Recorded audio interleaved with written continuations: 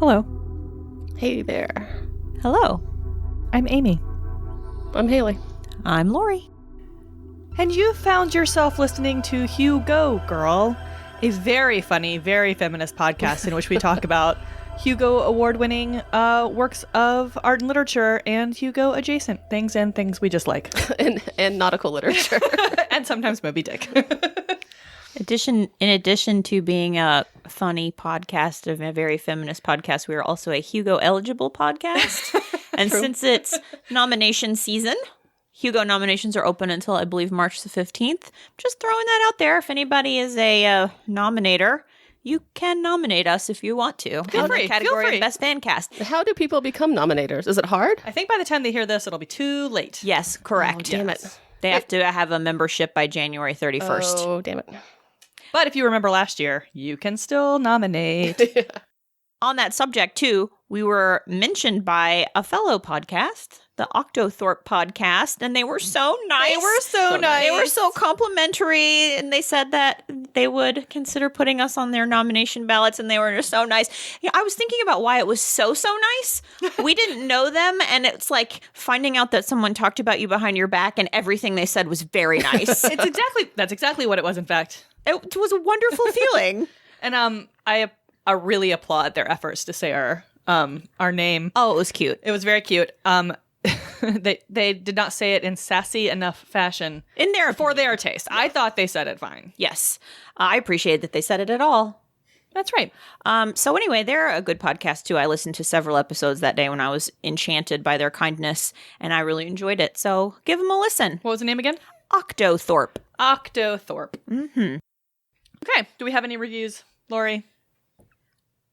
Yeah, we have two. Did I really not? Have I just read them so many times myself that I thought I read them on the recording? So, Lori, do we have any reviews? You said them silently in your heart so many times. Yes, we have two. She says them out loud like Aria. Which I did not realize I hadn't read because I basically memorized them. All right. Geeklet23 says, I just started a project to read all of the Hugo and Nebula winners. I came across this podcast, and it's my favorite podcast related to the topic. The hosts are hilarious and super knowledgeable. Dang right. Thank you so much, Geeklet23. And then Torakichi85. This is a fairly long one, but something that I really enjoyed was that Torakichi85 says, I've found myself wondering how the host would classify Star Wars or Lord of the Rings, the other books that I'm reading. Now I've finally started reading the Vorkosigan saga just to be able to enjoy their upcoming Barrayar episode. Highly recommend. Thank you. I promise you that we will have an opinion on whether the book you are reading is Star Wars or Lord of the Rings. So if you would like to send them to us for our opinion, please feel free. HugoGirlPodcast@gmail.com. Even if we haven't read it, we'll figure it out. That's right. We will have opinions whether we are entitled to them or not. Oh, we were going to mention during our Moby Dick special, Haley, you wanted to mention the black joke. Did you want to just mention that briefly? Speaking of nautical literature, I discovered this. So being a Jeopardy alumni, I'm in a bunch of Facebook groups with other alumni, and there's one that's Women in Jeopardy, and it's super, it's like one of the most wholesome places on the internet, and it's super supportive. And a member of it named A.E. Rooks, she's an author and two-time Jeopardy winner, she wrote a book called The Black Joke, the true story of one ship's battle against the slave trade. So it's nonfiction about nautical history, but it's the first time I've ever read a book about nautical history by a woman, and it's awesome, and I highly recommend it. Hooray. Hey. What was her name again? A.E. Rooks. I'm not sure if it's out yet. We got advance copies from Simon & Schuster, which is really cool. But it should be out soon, if not already. R-O-O-K-S. Yeah, A-E-R-O-O-K-S. Okay, so this month we read Barrayar by Lois McMaster Bujold. It was first published in Analog Magazine in 4 installments from July to October 1991, and then it came out as a book in October 1991. It won the Hugo for Best Novel in 1992, making Lois the first author since Orson Scott Card to win the Hugo for 2 years running. Oh, cool. Woo! The Vorkosigan saga as a whole won the Hugo for Best Series in 2017. And fun fact, Bujold and Heinlein are tied for Hugo wins at 4. Not counting, or most Hugo wins at 4, not counting Heinlein's retro Hugos, which I thought was cool. Nice. Do I understand correctly you've been having some sort of female trouble? No. Most of my troubles have been with males. I love it. That's basically Cordelia's stance on everything in this book. But So Barrayar is part of the Vorkosian saga. It was the 8th book written, but second chronologically. And most of the saga involves Miles Naismith Vorkosian. Wait, can I say- Vorkosigan? Yeah, okay. Vorkosigan. I thought maybe you had some inside baseball and it was a silent G. No, I just miswrote it somewhere. But Vorkosigan. Vorkosigan, yeah. This is sort of his origin story, but mostly it's about his parents. So his parents are Bait Survey Captain Cordelia Naismith, who has a serviceable face, good for all practical purposes. That's all you need. I think we should all endeavor to have serviceable faces. So she's married Admiral Errol Vorkosigan, who is stocky and powerful. I just really liked her descriptions of everybody. Me too. And she's moved with him to his home world of Barrayar. So Cordy, as I like to call her, mostly gestates during the first part of the book. Will be kind of bored and like at sea with the Barrayaran social customs. But while she's doing that, Errol has started his job as regent for Barrayar's child emperor Gregor. And this appointment brings all manner of peril to Cordy and Errol and the people around them. And the people around them include Bothari, a soldier with a gargoyle's face, who is currently serving as a guard to Errol's father, Errol's assistant Kudelka, and Drushnikovi, Cordy's lady's maid / bodyguard / assistant, who has excellent musculature. I thought of her as Brienne. Yeah, she's basically a little more feminine, but yeah. Yeah. So there's a faction on Barrayar that is unhappy that Errol is serving as regent because they think he's too progressive and not quote-unquote Vor enough, Vor being the extremely conservative ruling aristocracy on Barrayar. The faction is headed up by Vidal Vordarian, who eventually leads a coup and declares himself emperor. During the coup, child emperor Gregor is spirited away into the woods by Cordy and Bothari and a couple horses. Horses feature very prominently. I love it.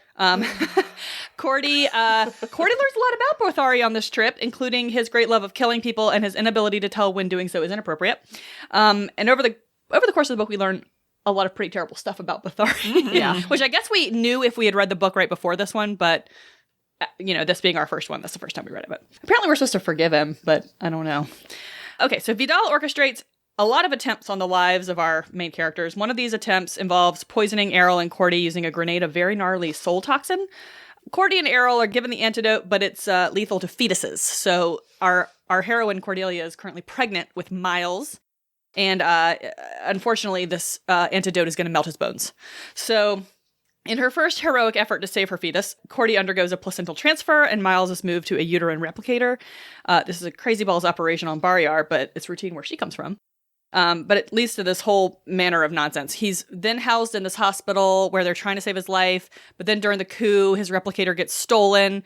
And then in her second heroic effort to save his life, Cordy takes Kudelka, Bothari, and Grushnikovi on a trip to the capital to do a baby heist. That's right.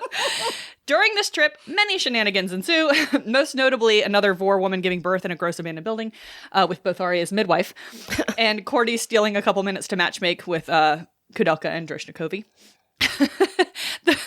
The group eventually saves Miles and the replicator, but not before Cordy tells Bothari it's appropriate to behead Vidal Vodarian, and he does so as proxy for Cordy. It's very strange. Then Cordy puts Vidal's head in a drawstring gat bag so she can present it to Errol and his men back at HQ. Miles is ultimately born slightly underdeveloped and with brittle bones, but despite this inauspicious beginning, I'm given to understand he goes and does much heroics and daring do in the rest of the series. Yeah, he has lots of books of his own. Miles and by the end of this book, he's riding a horse. Mm-hmm. That's right. Very last thing we see. Little horse. Just enough to bond him with his terrible grandfather. Yeah, okay, so goodies from Goodreads. What you got? So, like a lot of the books we read, they're very polar. Like, most people love it, and then, you got some haters. But the nice ones aren't as fun to read. So I found one that was a little bit sassy that I kind of agreed with. This is from Yulia Alboda, and here it goes. Call me crazy, but to me it felt like the libretto of an operetta.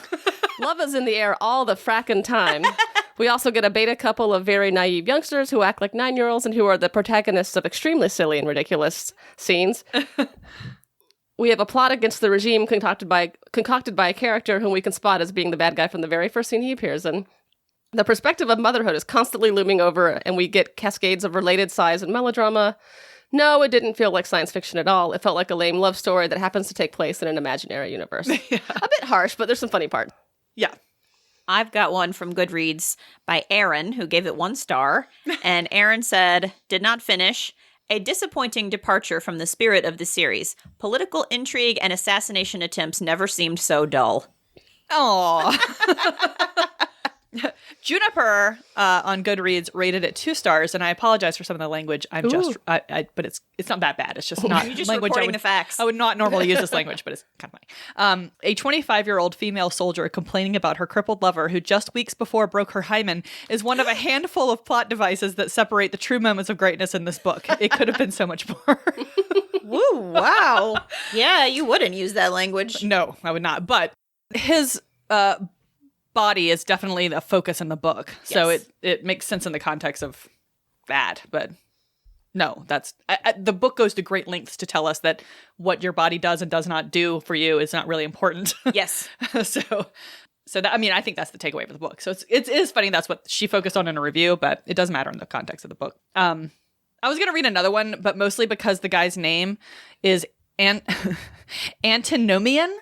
And he gave it 2 stars because it's a romance in a science fiction setting. And once he recognized that, he could barely enjoy reading the novel.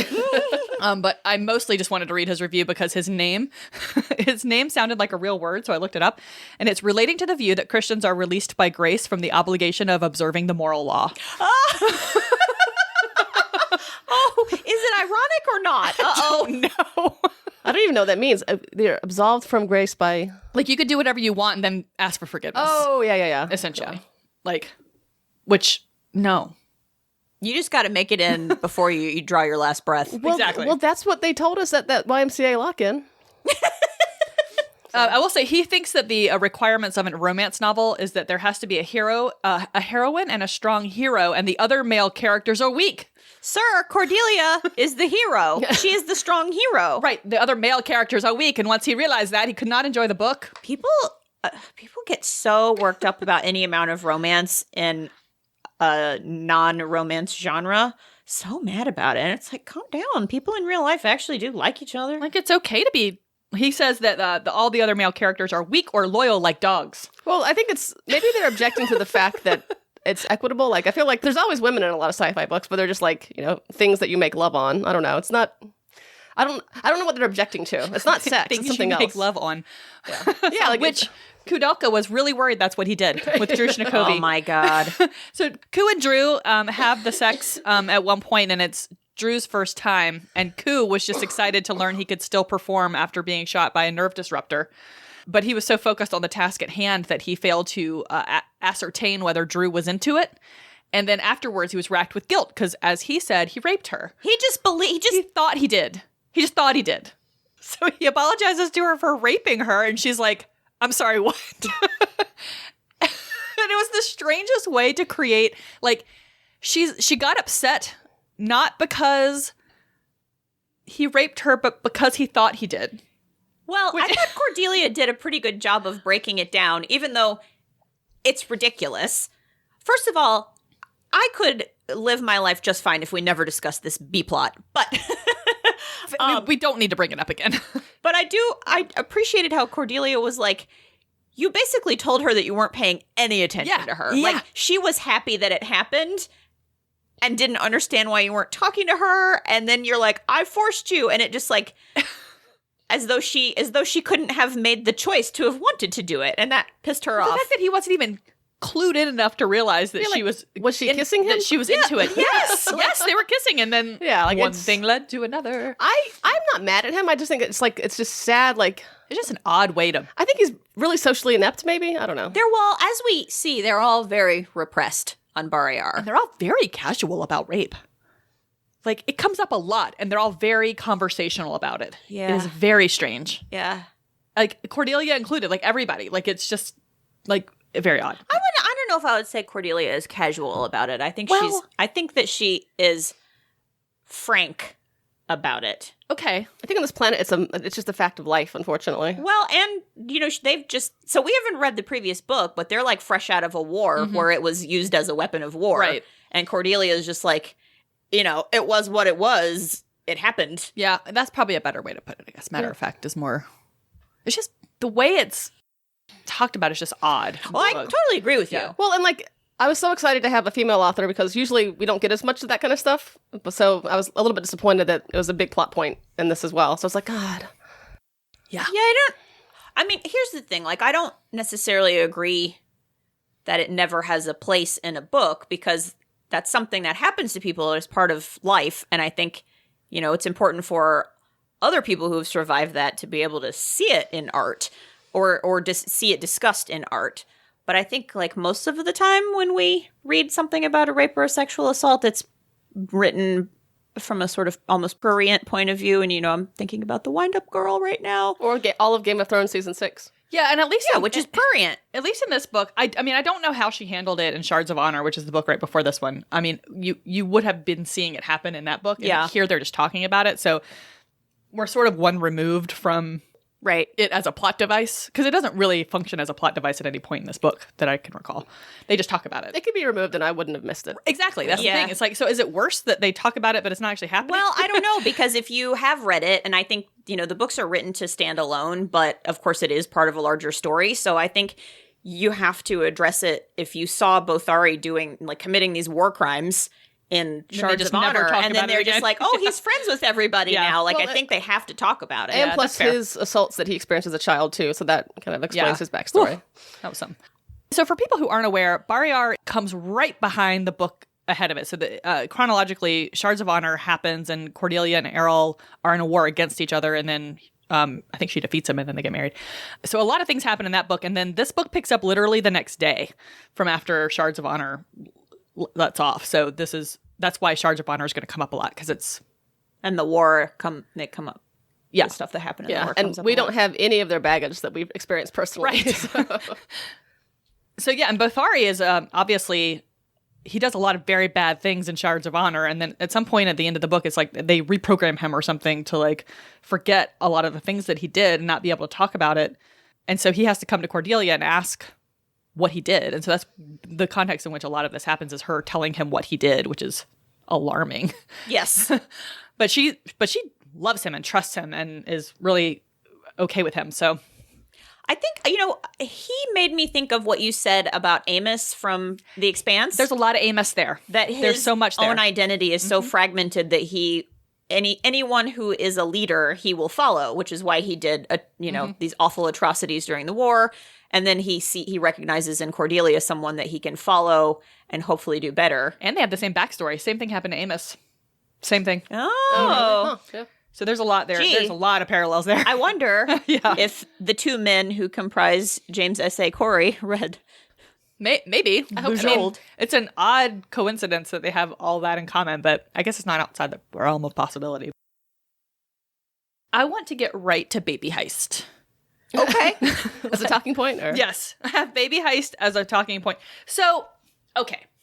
Here's my thing about Cordelia. So, Cordelia's pregnant, and she learns that her baby is going to be melted by this antidote. Yes.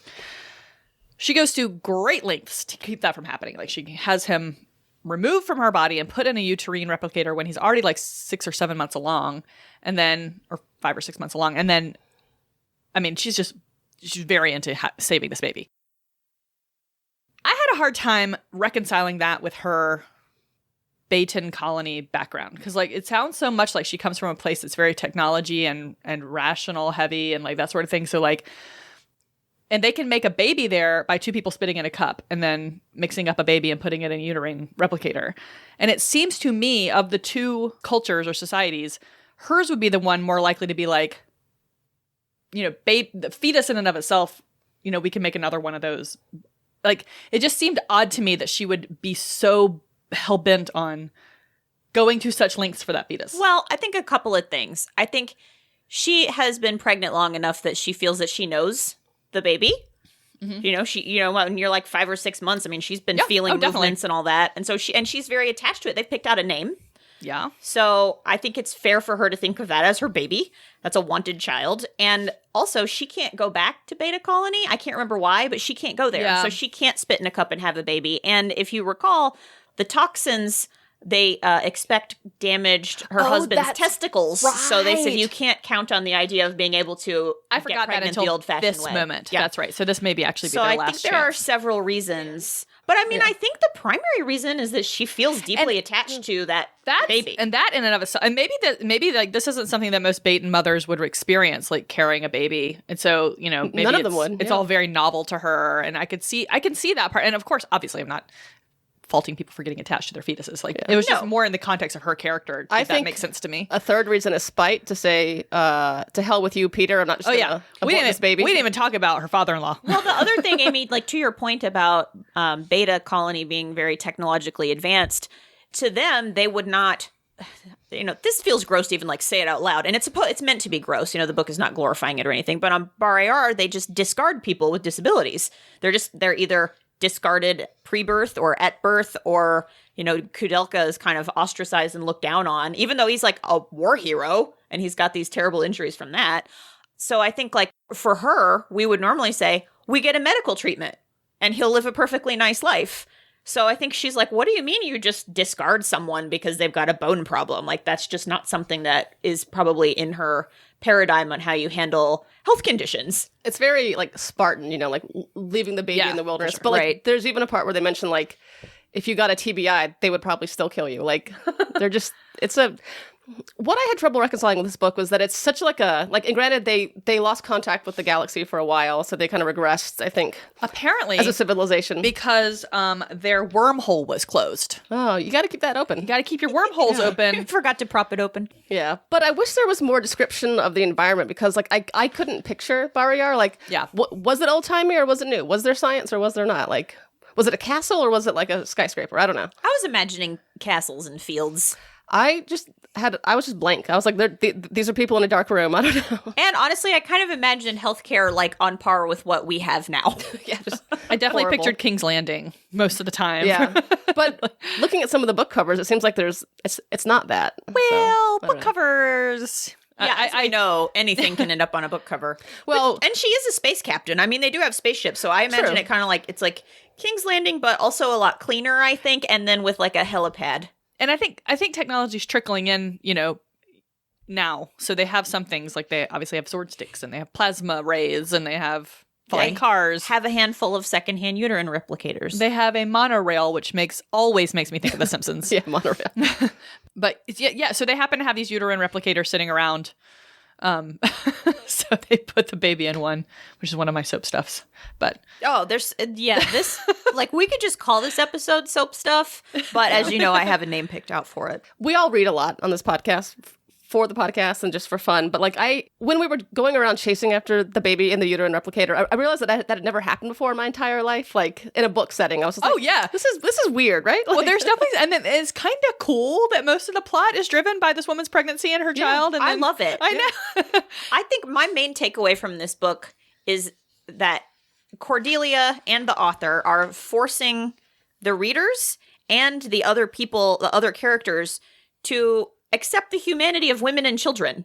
Yeah. And that felt huge to me. Like, there were points when I was reading this that I felt like a little emotional because I was like, they just won't let you forget about the women and the kids. I And know. that happens, you know, we're just throwaway characters so often, or we're just, you know, motivation for the male hero to do something. And like kids, when do kids ever get much attention in a novel like Unless this? you're Arya Stark. So I think it's just, yeah, but Arya Stark's not a proper kid, right? No, she's not. She's like a 40-year-old murderer by the time she's like 12. So she doesn't read like a These are kid. actual children. Yeah. I actually recently learned about this as a trope. It's called fridging. Like when women get killed. You learned about that from our friend Lori. Yeah.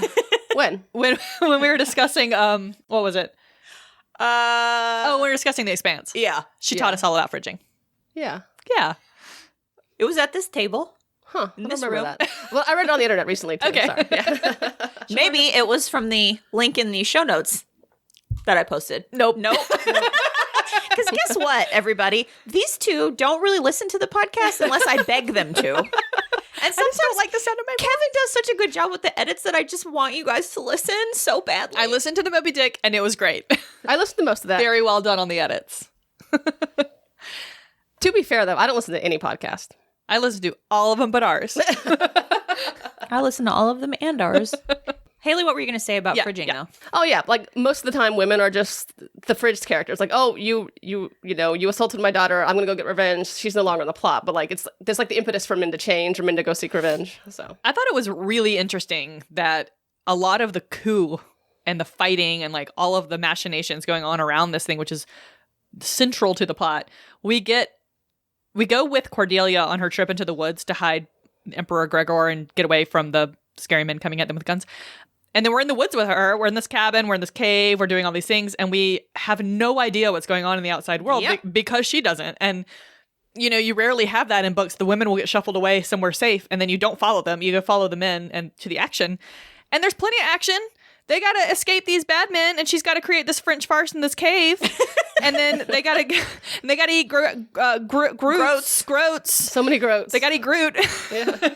And I just thought it was, but you never get that. You never get her perspective, her sheltered, sort of like frustrated position of not knowing what's going on and suffering a lot, you know. But we never see it. So I just thought it was really cool. Yeah, well, she's got a job to do. It's to save herself and to take care of the little boy. That's right. And I love when she's talking to, so they hand the little boy off at one point, the emperor, hand him off to a person who's addressed as armsman to basically take him somewhere secret and keep him safe.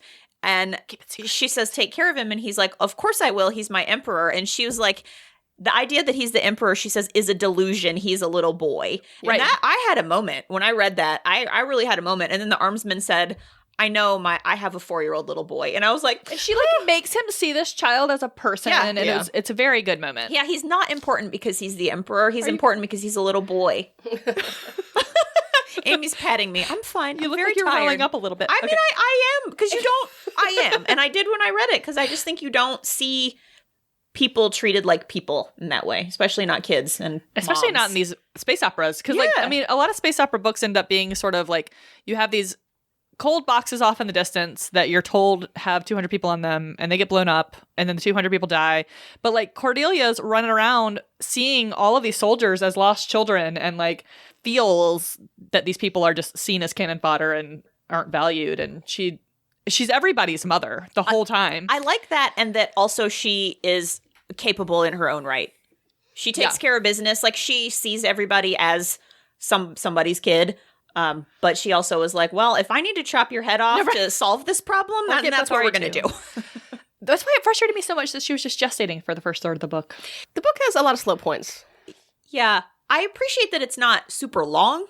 So when you are just like chilling with her, but I guess that's like maybe some world building going on there. So we can see like feels very fish out of water, and she's sort of finding her role because she's been a ship's captain and a space cartographer and all this interesting stuff. Yeah. And I like how she actually acknowledges, she's like, I am ready to eat some bonbons and do nothing and hang out and have friends. Like, I've put in enough work.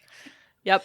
And she's sort of getting used to that. And it was interesting seeing sort of a woman of action trying to what's the word? Acclimate or assimilate to this life of quiet. I mean, she doesn't have a job in Barrayar, really. Women aren't given much to do there. So she has to sort of get used to this idea that she's going to put on these skirts and go visit, you know, the Dowager Empress or whatever, and She's eat retired and drink tea. And but it doesn't come naturally to her, I don't think. And so she's sort of getting used to it, I think.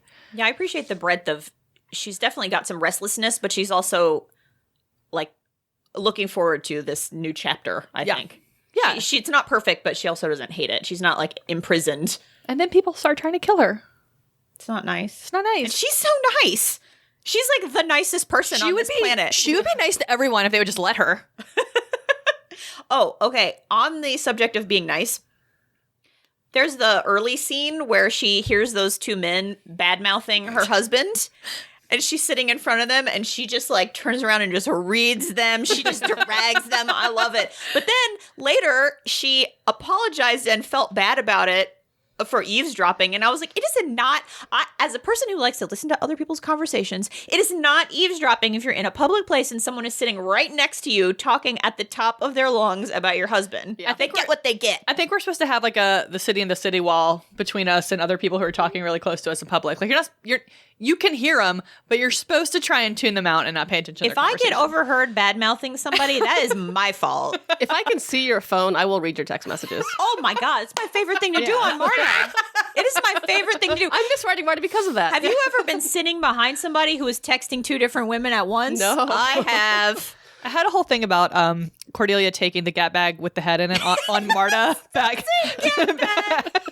Well, she talks about this shopping bag and the drawstrings, and I was like, "That's a Gap bag. She's a freaking Gap bag." I was and this was picturing like written a in the Saks 90s bag. at the height of Gap bags. It was definitely a Gap bag. It's definitely a Gap bag. Nowadays, it would be a reusable Kroger bag, I think. A canvas NPR tote. No, canvas would not be a good thing to haul a bloody head around in. You're gonna need something.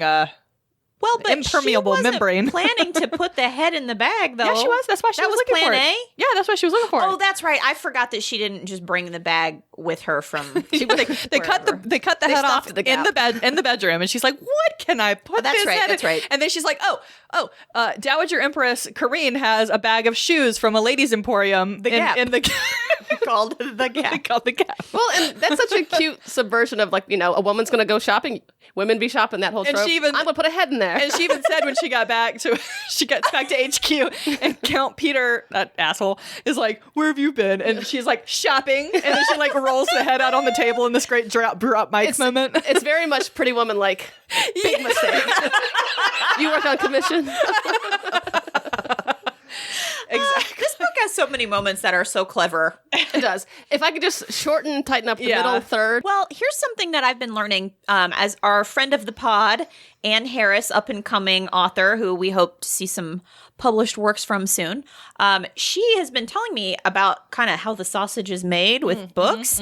And she said, like, a lot of times when there is something like kind of draggy in a book or like a B plot that you don't care about, she's like, oftentimes it might be that they sent their book to the publisher and the publisher was like, well, I like it, but it needs to be 50 pages longer and add some romance. Oh, so then you just put more. And you just do it because that's how you get to sell your book. Yeah, like that's true. that's your opportunity. And then, once you're established very, very well, once you're Stephen King, you can shit on a piece of paper and they'll publish it. And depending on how much you love a book, sometimes you want a million words. Well, here's the other A lot of thing. this was fan service, I think. Yeah. I think about the publication order of these books. So for us coming to this new, I enjoyed reading it. I thought it was a good book, and I love a lot of things about it. But I think if I had been 16 and I had started with Shards of Honor and then read Miles Vorkosig's whole life, and then that book came out, I would have been obsessed. Yeah. Like, I want to know about every groat that she ate, every dress that she wore, every head she It's chopped expanded off. universe at that point. Yeah, exactly. That's what I feel like this is. And so I absolutely understand why people who already had a relationship with the whole saga would have been just like overjoyed to read this And there's book. these she has these little quips in there that are very clearly, they're clearly fan service. Like, oh, do you know that guy? Oh, we've met before. Wink, wink. I do wonder if I would like some of the other books better, because I think I wrote this note. I wish that it was 25% more sci-fi. So much of this feels like fantasy with the miladies, the groats, the horses, the castles, It's not sci-fi. the taverns. It's a piece of a larger space opera. So in the back of my, I don't know if you all have this in your ebooks, in the back of my Like all the order of how to printed read it. book, it has the chronology. It says Miles Vorkosigan, Naismith, His Universe and Times. And so I was just glancing through these because it has like a couple sentence summary of each book. Oh. And my favorite one is in the book called Memory. It says Miles hits 30, 30 hits back. Oh my God. I identify with that. So. 30 hit me right across the face. I went on a crying jag. My poor boyfriend at the time had to deal with it. Oh, it's terrible. 39 is barreling toward me. Oh. Having seen 39 come and go, I can tell you it's not as bad as you think. Yeah, I was far more upset about 30 when I was like 29 and a Yes. half than... I was far more upset about 30 when I turned 30 than I was when I turned 40. So, speaking of genres, okay, so, all right, so do we all agree this is not science fiction? I'm not. You think it's science? There's like 10% science fiction parts to it, but it's like a fantasy. Like I was living and breathing a fantasy world when I was reading this, which is why I struggled a little bit. There's no magic and there's no dragons, though. It had a fantasy vibe to me. I mean, I totally agree with you that the culture of this book feels like fantasy. Yeah. But there isn't any magic. There's no wizard. There's The uterine replicator is magic. Well, but like if the Uterine replicator is magic. There is no way that would work. there's no magic, but there was an oppressive fantasy feeling pressing down to me when I was reading it. you really can't envision an artificial womb because I feel like those exist in some kind of way. I mean, there's incubators. If I call it an artificial womb and not a uterine replicator. Uterine replicator to me sounds like it should be a thing where you press a button and uteruses come out. Right, yeah. Yes, I agree. I had a hard time with uterine replicator. I think it's just an artificial uterus. The technology when it exists in this book reminded me of like, I don't know, like archaic technology. Well, I think it's supposed to makes because sense. Barrayar. Yeah, that did- well, Yeah, does make exactly. sense. So and like I guess fantasy can have magic in it, but like it just seemed old timey. It seemed Game of Thronesy to me. I do like that the most important technology in the book was technology connected to childbearing and childbirth. Yeah. Well, or Which that is we're kind of presented great. with. I mean, who knows what else is there? I so. mean, they have flying cars, which is cool. Or like light speeders, whatever they were called. Yeah, like it's funny. Like I know that I complain about this when I read like Charles Dickens, when like in a lot of Victorian novels, like you enter a room and they describe every painting on the wall and the walls are 8 feet tall and there was like a scuff on the floor. Like I kind of wanted that sometimes to help orient myself. I kind of wanted that too, because as much as we spend time in her head and as much time as she spends thinking about Barrayar, I don't really walk away with a very big understanding about Yeah, I'm so confused about a lot Barrayar. of the interpolitical machinations and stuff. Oh, yeah. And everybody's named Vor something. I really enjoyed her writing, except for I was confused about who literally everyone was. Yeah. I know. Once I figured out that Vor was kind of like having a Von, Yeah. if you're German. Is there a more science fiction name though than Vordarian? Like it's Vidal Vordarian. I mean like Vidal Sassoon. I called him Vidal Sassoon in my notes and I took it out. So I was like, they're all going to be mad at me anyway for the gap back, so I'm going to take out Vidal Sassoon. There's a whole Wikipedia article about artificial womb technology. Oh, interesting. excuse I mean, me. it's not I'm like. sorry. Okay. I'm just saying, I just wanted to share that. It's pretty interesting. Can you take a baby out? Yeah, it's called the NICU, basically, right? Let me read you this very short section that I just happened to notice. In 2016, scientists published 2 studies regarding human embryos developing for 13 days within an ectouterine environment. Currently, a 14-day rule prevents human embryos from being kept in artificial wombs longer than 14 days. This rule has been codified into law in 12 countries. So, like, I think, first of all, that's very Barrayar-ish rule. But I think, like, that technology exists or is beginning to exist. So in order for this technology, first of all, this was written in 1990, whatever. So 91, that didn't happen. That wasn't happening. This is magic in the That's book. not magic. It's magic in the book. Oh, Okay, the magic line can go either way with fantasy or sci-fi. I know it's not really magic, but it's Yeah, I mean, I agree with Lori that it's not magic, but it's also not completely sci-fi either. to detach a placenta with the baby intact and put it in another vessel and have that vessel support that baby The science. is insane. Well, I mean, like, technically, if I went back in time and showed a Victorian child my phone, he would think that's magic too. I'm not saying they can't ever come up with this, but to me, this was such like it's very soapy to me. For sure. Like, I think it's like this very convenient thing that they have that does this thing. And I don't think this is like new. I think Bujold has often been criticized for her sort of glossing over technology. Like she'll throw technology into her books and not. And this is from just the stuff I read for preparing for this podcast. It's not like I'm a scholar on Bujold, but she's much more interested in her characters and her internal stuff and that sort of thing. I mean, I think there's definitely a reason for this, that she didn't just get poisoned and then have to deal with the difficult pregnancy and birth. It's, the uterine replicator exists in part so that Cordelia can go have adventures. Right.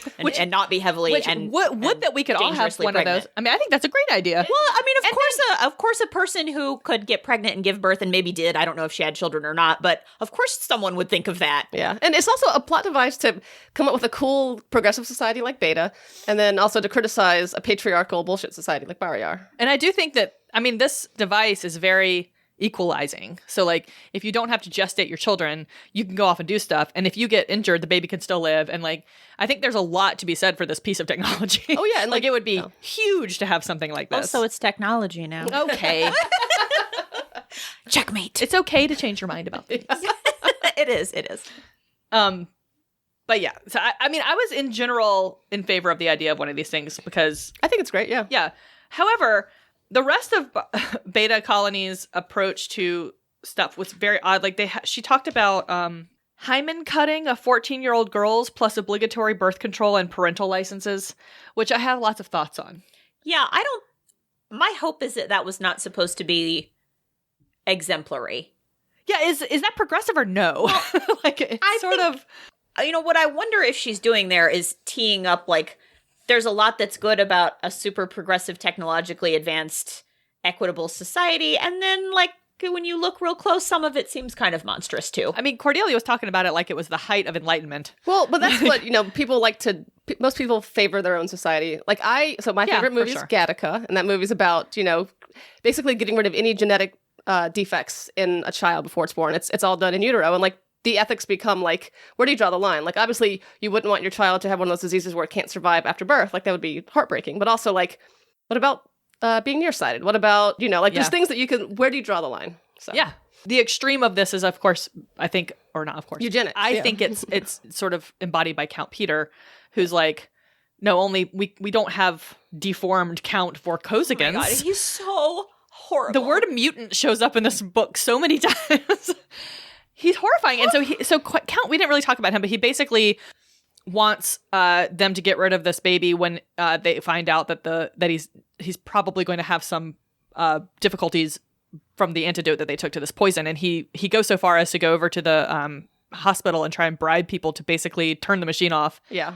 I mean, he's trying to murder this baby.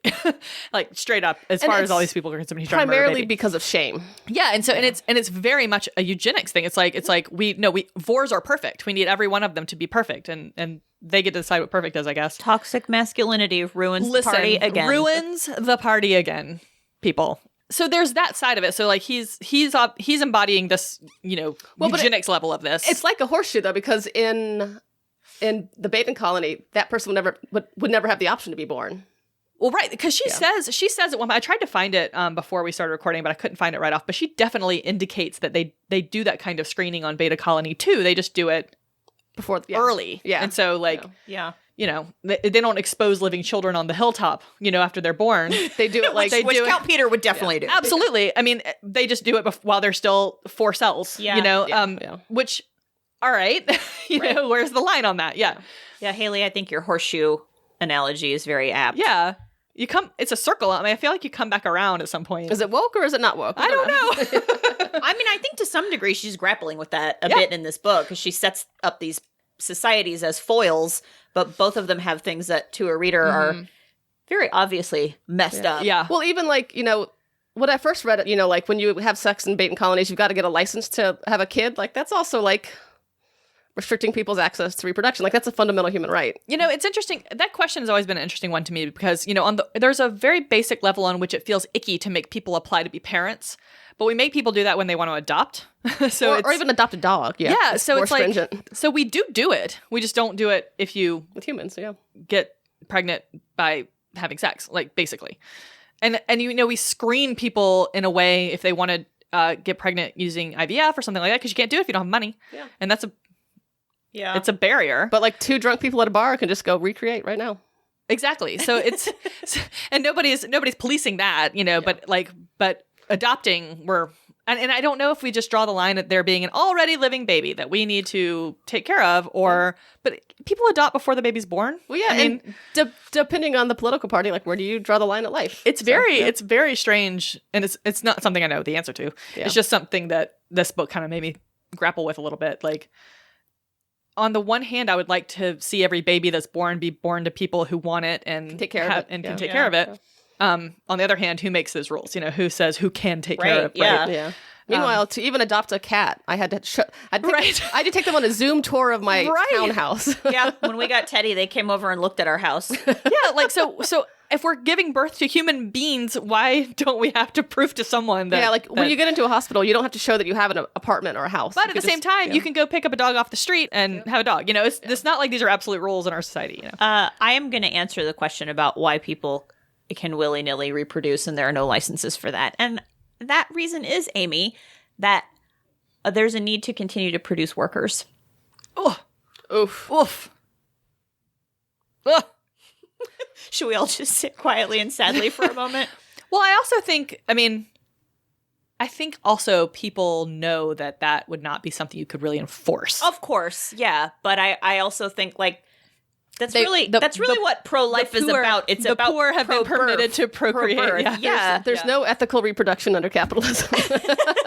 Well, I think about, sometimes when I get, like, very much too far into my own mind, and I just think about how much power birthing people have if we all were just like, nope, fuck you, I'm opting out. Yeah. And then there aren't any more workers, like it just, I think we hold so much power, but people, of course, for obvious reasons, people want to have families or they have children by And accident. they definitely want to have sex. Yes, exactly. Which does, I'm told, lead to babies. Yeah. Often. Right. Not if you're gay. You win. That's true. That's the Can't only give- one good thing. But yeah, I don't know. There's a part of me that sort of sees the logic behind, compulsory birth control and only taking it out if you can show that it's going to be okay, but I mean, we have trouble in America deciding like who can actually legally vote. So I can't imagine. listen, they're banning books right now, like that might make students uncomfortable. So we're never going to get to, yeah. We live in the bad place. Oh, God bless. Horses. Hey! Oh, that's my special segment. Horses. Would we call them slaves, symbionts, or commensals? I propose a special segment, and I have two potential titles for it. Okay. So, I thought of these one night. Kevin was already asleep, and I thought about these, and I was like laughing so hard and trying not to make any noise, so I was just like shaking. He's like, is there an earthquake? So, what do you think about the first one? Is pony prattle? That made me pee a little. And the other one is horse holler. I like pony prattle. Pony prattle has definitely got my Because vote. today I learned that a pony is not just a young horse. That's right. Two different animals. But you can work your way up to a horse if you show Count Peter that you're taking it A seriously. quarter horse. I learned that. Oh, that was a really funny joke. That was a really funny joke. That was when I was like, we have to have a pony prattle because the quarter horse joke is so funny. He called it a quarter horse, but it looked like a whole horse to me. Oh my god, it's such a dad joke. I love it. This whole book is full of those little things. Like, he's like, you can't sit here and tell us that our family has a bunch of mutants in it. And she's like, where am I supposed to sit? When are we going to do a horse trivia? During pony During prattle? Pony Prattle? Yeah. Oh, I hope yeah, during yeah, Pony Prattle. Got to be pony prattle. Because I did some research. I've done my own research, and I've learned that a pony is not a horse. No. Like I went to a bunch of 4-H websites and I pulled up some questions. Oh, man. Yes. I'm so excited. Okay. Can I briefly say how much I like certain passages of her writing, though? I do too. I had a bunch of highlights that I was going to talk about her writing, but Yeah. we've got a long time. The first like moment I had where I was like, oh, this is good, is early in the books when she steps outside. Cordelia steps outside, and it's like one of those days where it's cold, but the sun is bright. So she's like feeling the chill in the air, but the heat coming up off of the sun-warmed tiles. And I was just like, That was nice. it's just wonderful. Yeah, she does. She has these, it's not complex writing most of the time. Oh, I but then- understood every but then sentence, which every was now and a real again- treat. Every now and again, she has these ways of putting things that you're like, oh yeah, she's a really good writer. Like, And you're really there. Like, Yeah. when I read that, I was like, I know exactly what that feels like when it's cold but warm. yeah, and she did a really good job when you were when we were traveling on the horse with her and going to the cabin. I was very uncomfortable, like the whole time. It was Yeah. It went on a little long, but it was. I particularly really like the way she describes people. So like, I like that someone's bullet headed. He was rendered a bit dish-faced by a prominent forehead and a jaw that his nose and mustache had trouble overpowering. Neither handsome nor ugly. In another mood, one might call him strong-featured. In another mood. So who was the guy that was their like their guide when they were like on pony sabbatical? The mailman. Yeah, the mailman.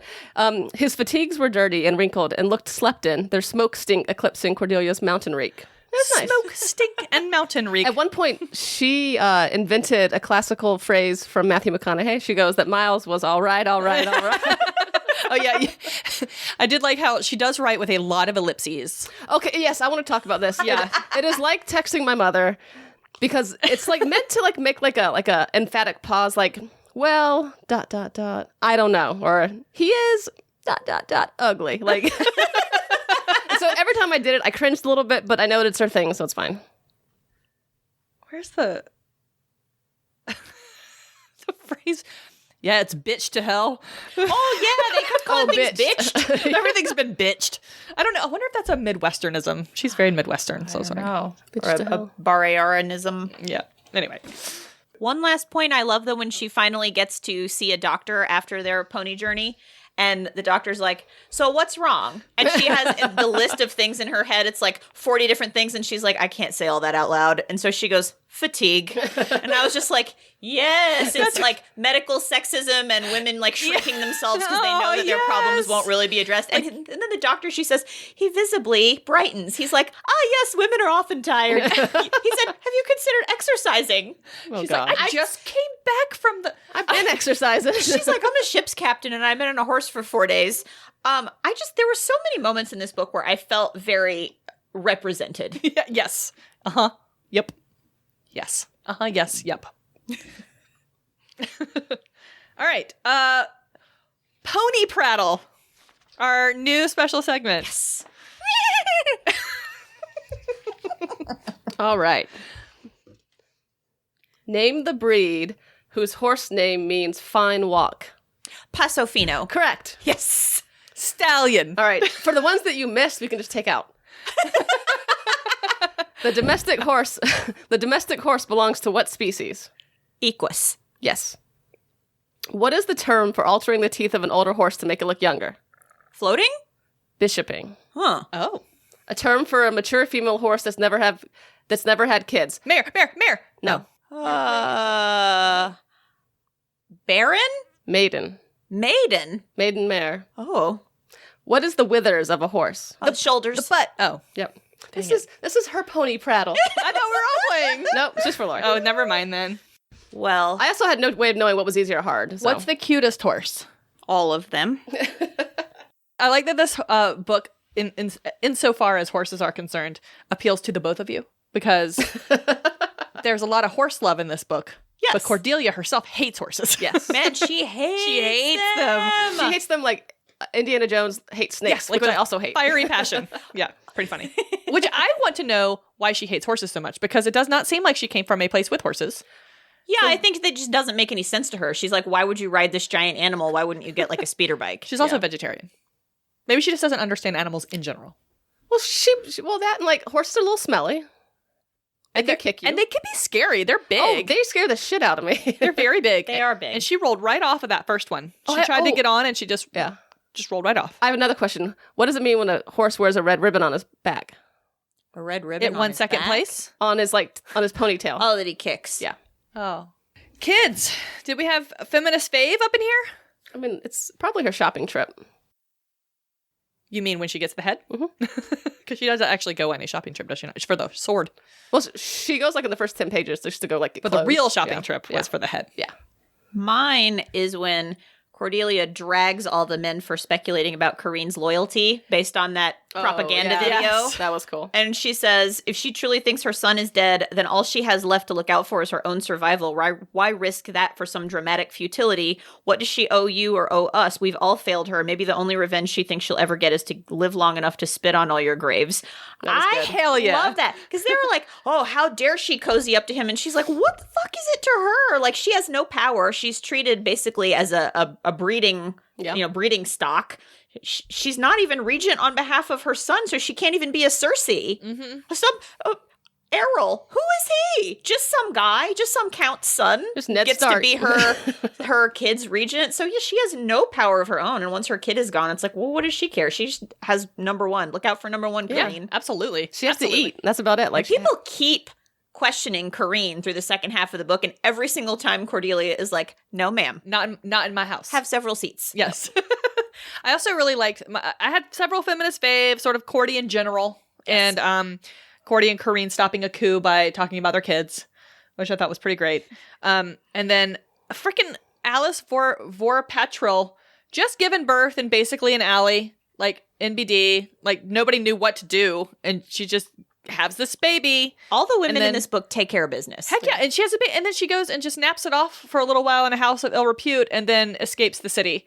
Like I was very there for that. And then she's like, I'm gonna tell you all about your wedding dress, and I'm gonna take you shopping. And I mean, she's just kind of a badass. I liked her. I liked her, and she survived.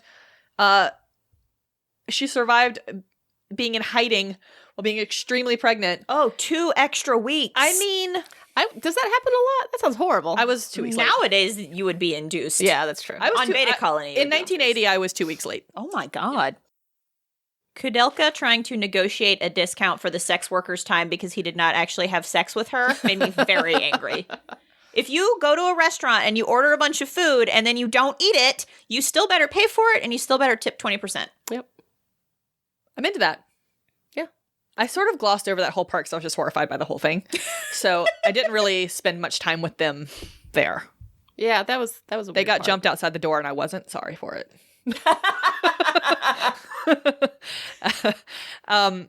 The death of Corrine really bugged me. I really am too. really upset that they killed her off. Yeah. Like I feel like she deserved better. And Cordy had spent so much time fighting for her that she deserved to live through that. And I'm mad that she did not. Although in the moment, it does make some sense. I mean, she did go off half-cocked and try and kill the guy and not succeed. But it just still bugged me. And then I did not like that Drew is introduced as this strong woman who wants to be a soldier, and then she spends the entire book pining after Ku. It just bugged me.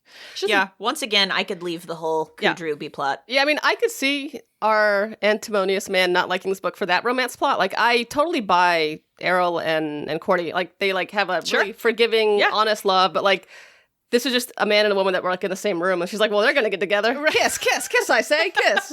Like Drew there's a and part where she's really like sitting try in a tree. kissing. Part of it is that Cordelia is so bored. I think that's part of her restlessness. She's like, I need something to do, so I'm going to manipulate these 2 hapless young people. Yeah, because there was never any like flirting on their part. I was like, boring. So What was your misogynist moment? I had a trouble finding one. So That's nice. yeah. Oh, okay. Cool. Boob talk. The word breast is mentioned twice in this book, both in reference to pregnancy and a baby. Thumbs up. I think I meant to mention this in misogynist moment, but this description of a lady at the tavern or the House of Ill Repute reminded me of the women, the tired, haggard women in The Expanse. Yes. 15 years ago, or even 10 years ago, she might have achieved a leggy Aqualine look. Now she was bony and faded, misclad in a gaudy magenta robe with drooping ruffles that seemed to echo her inherent sadness. Oh. Why is she going to talk about a woman like that? You don't have to in this book. This is a safe space. I take issue with the idea that just because someone does sex work, that they're just sad and drained, that they must be sad and drained. Yes. I thought that was more showing poverty versus wealth in the city. Yeah, okay. And I think that's more of a poverty thing than anything else, but she does choose a pretty loaded way feel to great. It's a loaded way to go about and it. 30 years ago, we did not have like sex worker positive language, really. Sure. Yeah. So, Right. Fantastical foods. Groats. So many groats. So many groats. So I have oatmeal that sits on top of my fridge, and I don't eat it every day. I eat oatmeal sometimes. I just, they eat it a lot. Adding butter made it sound good. There was one point, I think, when they're in the House of Ill Repute, that they get brought beer and cheese sandwiches, and that sounds great. Mm-hmm. I eat that pretty frequently, just beer and cheese. Yeah. I like toward the middle of the book, a dinner stew is brought to them, and it says dinner stew brought on a tray by a Batman. Oh, I did Google that. I had to look this up. I decided not to. I just imagined a Cape Crusader. It was more fun. I think it's more of a Batman. Batman. Is Batman the it's Caped just, Crusader? It's an assistant. Okay. It's an assistant. Like it's Yeah, just it's like a valet helper. No. Dinner stew. And then he's like, here's your breakfast.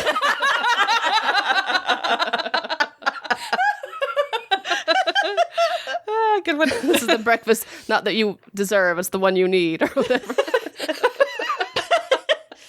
Yeah, lots of groats, which I'm assuming is some sort of grit or oat. Well, so I also something. researched this. So a groat is like, usually oats are rolled and refined, and like they're easier to digest. And groats can be from different types of weedy products, and it's just like a chewier, nastier oatmeal. It's still got the hull. Like steel cut. but worse. That's what I was thinking Yeah. of. It's less processed. Okay. Yeah. It's got the chewy endosperm attached to it still, so. I'd probably eat it. I'd probably eat it. They would charge you like $11.99 for a small cloth bag at Whole Foods. I feel very sure. Soap stuff. This whole book, Guys. I literally wrote the whole book. Guys, the whole book. I wrote so much. Ripping off the hood to reveal Evan Vorhalis and his revenge for his dead brother after the grenade comes through the window. That was pretty great. That was a very Scooby-Doo moment, which I appreciated. Oh yeah, Yeah. I mean, I think the head in a duffel bag. I mean, yeah. And then the antidote will save you, but it will kill your unborn child. But it won't be this. Da-da-da-da-da-da. Yeah. So Bothari, the memory wiping of Bothari. Oh, that is. That is Yes. just like when John Black on Days of Our Lives has his memory wiped. So John Black was like a super soldier that Stefano DiMera, the big bad on I've heard Days that of Our name. Lives. Yeah, he is the big bad for like decades and decades. So him and also Victor Kiriakis, but I feel like he was more of like a bad businessman. Stefano DiMera was like a bad guy. So he called John Black the Pawn, and he was like his weird programmed super soldier, and he had a chip in his brain, and he did all this bad stuff. And then Marlena was married to Roman Brady, and then he disappeared, and everyone thought that he died. And then John Black came to Salem, and he was like, "Hi, I'm John Black," and he had no memory of being a super soldier. So him and Marlena fall in love. Guess what those two decide? They fall in love, and then they decide he must actually be her long-lost husband, Roman Brady, with amnesia and extensive plastic surgery.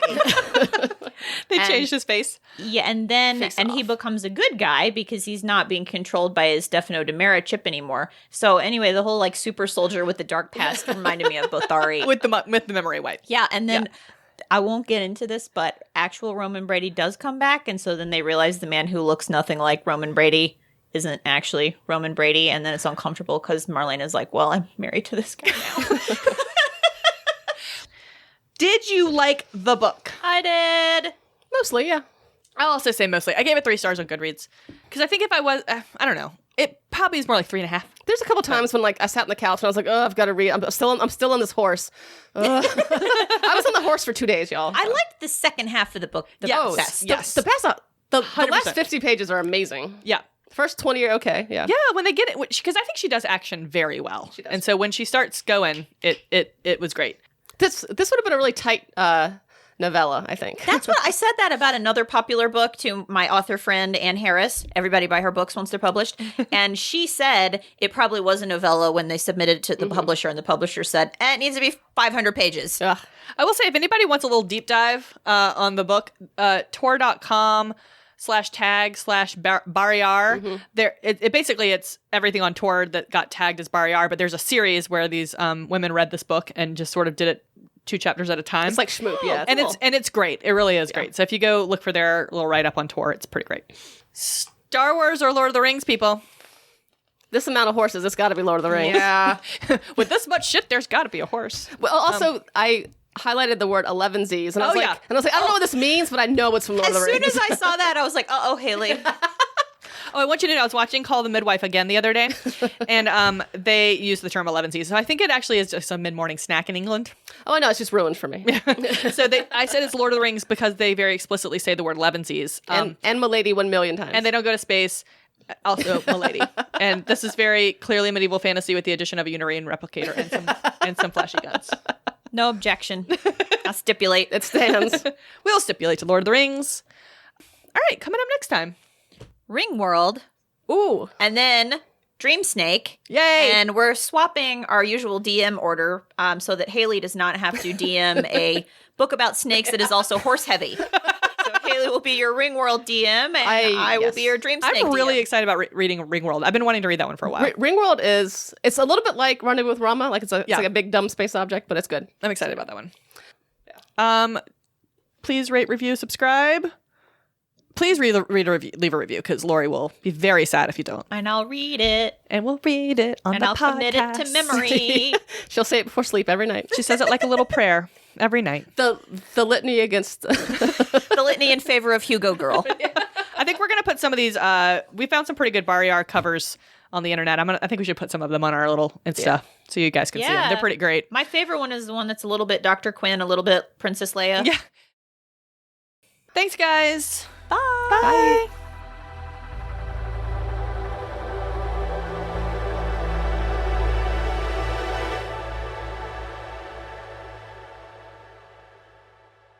On the subject of Jeopardy, do you think that woman who just won like 5 million days in a row, do you think that she was just like, I want to go home? Like, do you think at a point you might just be like, I don't want to stay in a hotel in LA anymore, and you might just go home? It's not even that. So she didn't stay there for 3 months straight. She'd have to fly back for 2 days a week, twice a month for like 3 months. So, and you can't tell anybody. So you have to like start lying to people, I imagine. Like, I've got to go back out to LA. Why? Don't worry about it. Like, And they aren't paying for her flights. once you win enough to come back after 5 times, they do pay for you to come back. But your first trip out there, they don't pay for anything. Just like the rest of life, the more money you have, the less things you have, the fewer things you have to pay for. It takes money to make money. Yeah. Lori. Once you have to get back to the set, they pay for everything. So that's nice. All right, Jeopardy Corner. We should have Jeopardy Corner every time. Jeopardy Jam with Hugo Girl.